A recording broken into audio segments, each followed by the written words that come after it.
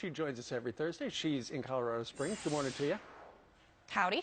Hats off to you because you did catch an amazing, jaw-dropping bit of media bias. We're gonna play for folks what they ran on MSNBC and then what they left out. The fellow who is speaking is a father of a Sandy Hook victim.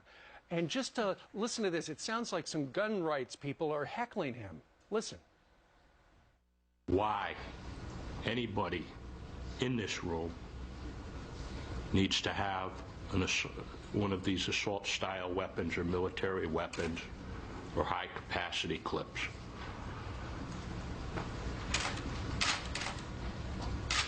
And not one person can answer that question or give me any. It shall not be infringed. All right. All right. Please, no comments while Mr. Heslin is speaking. Okay, so that's what they ran on MSNBC, but they selectively edited. Here's the reason those people responded, because he asked them a question. Here's the extended clip they should have run.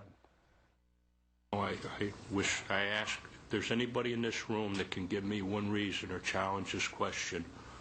Why anybody in this room needs to have one of these assault-style weapons or military weapons or high-capacity clips.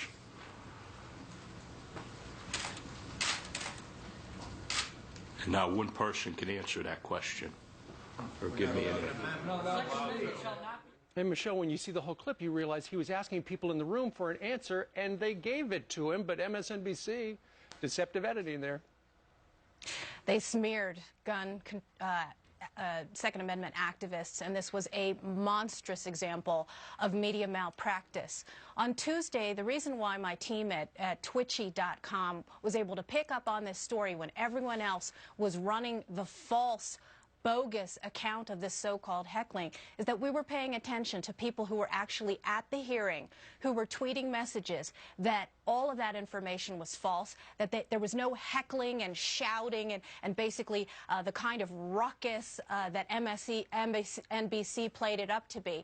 And we were able to obtain the full video and the full context. And it's a 17-minute long video. It doesn't take a lot of time to sit there and see that what you saw was a very civil, respectful display.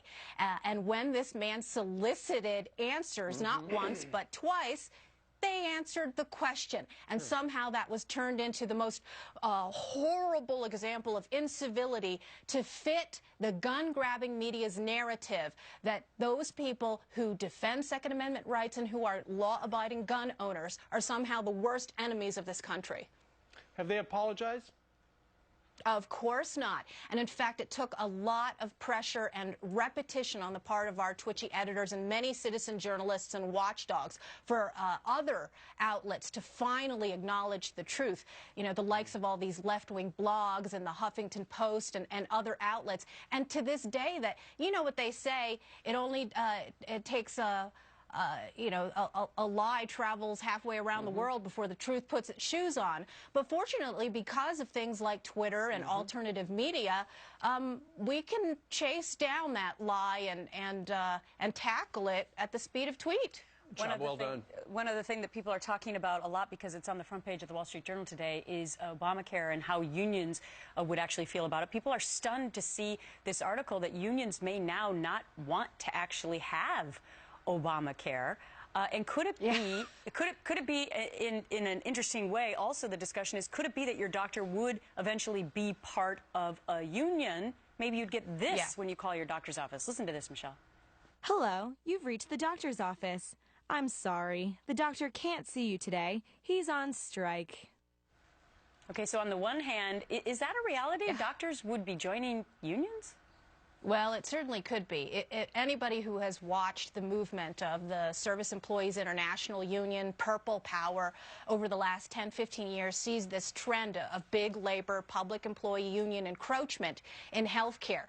They've tried to dragoon home health care workers. They are hungry for new dues-paying members, and they'll get them any way they can. And what's happening with the Obamacare trend, of course, is that the small practitioner, the small family family practices are getting crushed. And it's the intended consequence of government healthcare takeover to absorb all of these individual medical entrepreneurs into large hospitals and government entities. Sure. Yes. Yeah. Now, what about this? I was shocked to see, Steve, you talked to Senator Barrasso. Yeah. He found out that guess who wants out of Obamacare?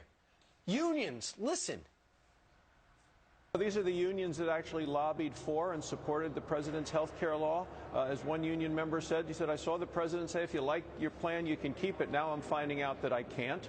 You know, the president promised insurance premiums would drop by about $2,500 a family by the end of his first term. That hasn't happened.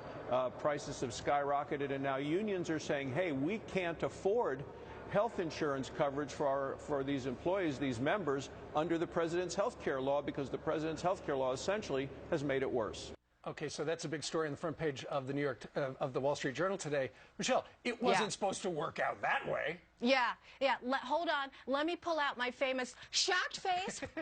Shocked that these big labor unions that lobbied the most aggressively for this are now the first to want to bail ship. Of course, I've been blowing the whistle on that ever since the negotiations, because you'll remember it was those backdoor negotiations that we didn't get to see on C-SPAN like Obama promised, and it was big labor negotiating all sorts of exemptions and waivers from Obamacare. So now what's happening is you've got your rank and file members discovering that, oh, well, my health care plan is disappearing or it's deteriorating. The benefits are much less than they were, and I've got to pay more.